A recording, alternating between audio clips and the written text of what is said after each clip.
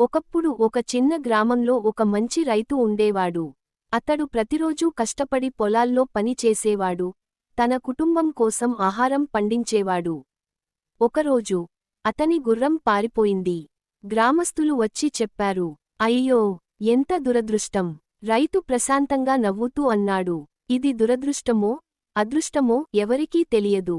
కొన్ని రోజుల తర్వాత ఆ గుర్రం తిరిగి వచ్చింది, ఇంకా 3 అడవి గుర్రాలను తీసుకుని వచ్చింది. గ్రామస్తులు ఆనందంగా చెప్పారు, అయ్యో, ఎంత మంచి అదృష్టం! రైతు మళ్ళీ నవ్వుతూ అన్నాడు, ఇది మంచి అదృష్టమో చెడు అదృష్టమో ఎవరికీ తెలియదు. తర్వాత రైతు కుమారుడు ఒక కొత్త గుర్రాన్ని శిక్షణ ఇస్తుండగా కింద పడిపోయి కాలు విరిగింది. గ్రామస్తులు విచారంగా చెప్పారు, ఎంత దురదృష్టం! రైతు మళ్ళీ చెప్పాడు, ఇది దురదృష్టమో అదృష్టమో ఎవరికీ తెలియదు. కొద్ది రోజుల తర్వాత సైనికులు గ్రామానికి వచ్చి యుద్ధానికి వెళ్లడానికి యువకులను తీసుకెళ్లారు. రైతు కుమారుడు కాలు విరిగినందువల్ల అతన్ని తీసుకెళ్లలేదు. అప్పుడు గ్రామస్తులు చెప్పారు, రైతూ, నిజంగా నీకు ఎంత మంచి అదృష్టం!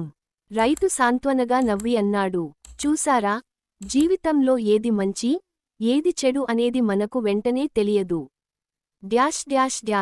ఈక నీతి: జీవితంలో జరిగే ప్రతి విషయానికి వెనుక ఏదో కారణం ఉంటుంది.